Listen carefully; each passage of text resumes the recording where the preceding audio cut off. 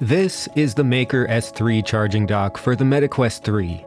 Having a charging dock means you can easily set down your Quest 3 and controllers after each use without having to worry about swapping controller batteries or forgetting to charge your Quest 3. In my opinion, it's the best looking Quest 3 charging dock on the market with its slick and simple design. And I found myself using the Quest 3 more, knowing that it's always charged up and ready to go. As always, we start with the unboxing and installation, and then we get into the review. I'll leave timestamps down below, so feel free to skip around. So, we're going to start with the unboxing here. The S3 charging dock, it says it has short circuit protection, over current protection, over voltage protection, and over heat protection. So, protection all around, which is always great. Always good to have protection and use it. So, let's go ahead and further unbox this bad boy. We're going to set that aside. We're going to open it from this side. Okie dokie. Let's get that nice and open. We have cables. USB-C to USB-C, male to male. We have a nice little card that kind of tells us to do stuff, which is always nice. We'll read that in a moment. We have a manual, of course. We'll put all of that aside. We're going to need to make a lot of space here, so let's scoot this over just a little bit. It looks like here we have... would you look at that? We have these nice controller covers with little connectors. Because, you see these connectors? Because these will charge your controllers as well as your VR headset simultaneously. So we'll remove all of those. We're going to set this stuff aside. And then let's go ahead and bring this out. And I'm assuming this is going to be, yeah, for US, this is going to be our charger. So, we have everything in the box now. Let's move the box somewhere to the side. So let's check this out. These are the little batteries. Look at this, how cute. So let's go ahead and pop these little bad boys open. Bam, bam. So they have little terminals here to connect to those side panels here. Which will be great. And we have this big charging block. It looks like this is going to be, let's see if we could get in there. We have a 45 watt max total output. So this is going to be our power supply. One of these cables will go on that. So let's set that over here. We're going to set that here. And then we have the dock itself, of course, which has a little bit of a play area here, so it's kind of spring-loaded. I'm assuming that's just to, when you set it down, it's going to make sure that it hits those prongs. It's going to be at the right angle and whatnot. And of course, inside here, these are for your controllers. You could see here, this is where the those little connectors will touch. So what we're going to do is we're going to get into a bit of the installation here soon. But let's check out a little bit more of this. So we have a nice front panel. These will light up nicely. You have a nice Maecker branded logo here in the front.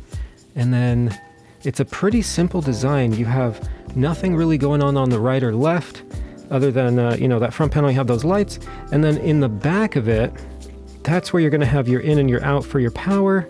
And there's a little button here. I'm assuming to turn it on and off, but we'll learn more about it as we go. But yeah, that's the unboxing. If you want to see the full review, stay tuned. We're going to do an installation next. So let's make sure everything's prepped and we could install the controller batteries. Alrighty, so what I'm going to do is we're going to move this. We're going to trade places. This will go up here. Controllers will go here. And what we're going to do, we'll start with the left controller. We're just going to remove our battery and our side panel. We won't need this anymore, so we're just going to set that aside. And we'll take the left one here. Now that's not the left one, this is the left one. So as you can see, these terminals here, you could see that how it works, right? So these batteries are going to need to go in, but they're going to need to go in facing this direction so that those terminals are nicely exposed. So let's pop those in nicely. Those terminals we want open like this, and then we could pop these in. We could actually twist it just a little bit. you don't want to get too many oils on that. Make sure you keep that area clean from your fingers and hands and whatnot. And then, what a brilliant design. What a brilliant design. I was thinking, okay, so this is all installed now. We're just popping it in here. We're getting ahead of ourselves. So if you could see here, this little string, it actually, there's a little slot for that string here, so you could leave it in and it'll still charge that controller. So that's how it's gonna work right there. So we have these 3 prongs, these 3 terminals, which we're gonna connect to there when you plop down your controllers in this little dock station. So let's go ahead and really quickly double time this one. We're gonna install the other side really quick. Boom. Boom. And we have both of our controllers nicely docked, which is a beautiful, again, beautiful design. I'm gonna go ahead and grab my Quest 3 here. Now, this is gonna be an awkward test, but we're gonna make it work, okay? We're gonna put it here and I'm just gonna see how it feels putting it down, okay? That's beautiful. That's actually really nice.